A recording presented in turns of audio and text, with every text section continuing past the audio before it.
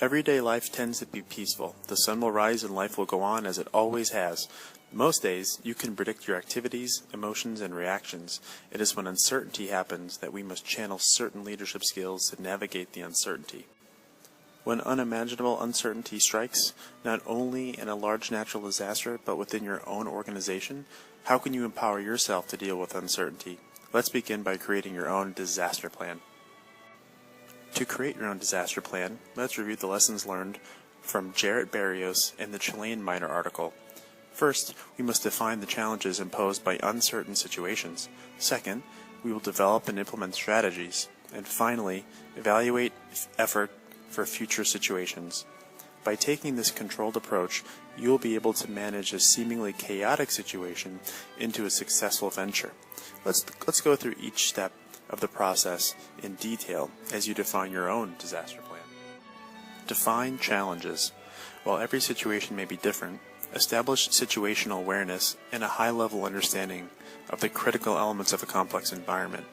You can do this by defining the challenges, prioritizing them, attempting to understand the complexity of challenge, and understanding clients and their expectations while anticipating future challenges.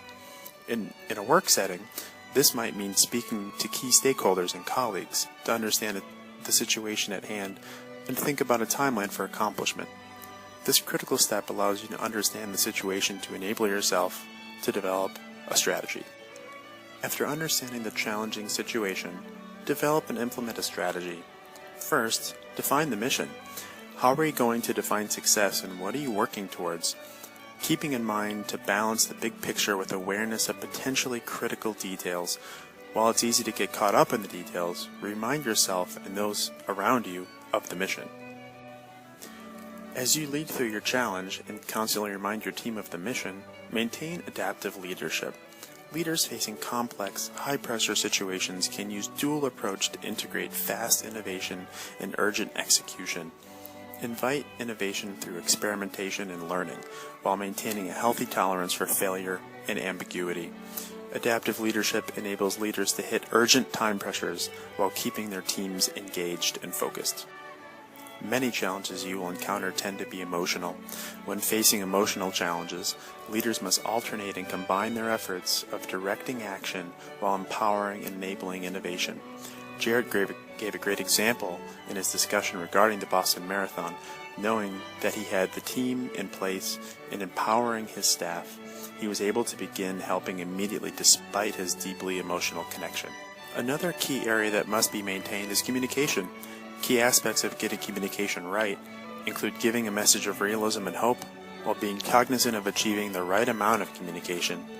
In uncertain times, people begin to worry, as we saw in our breakout groups in class, and communication can become their number one priority within a crisis situation. While providing communication, it's also important to remember your team and those who are affected by the crisis. Managing people effectively is an essential part of the strategy.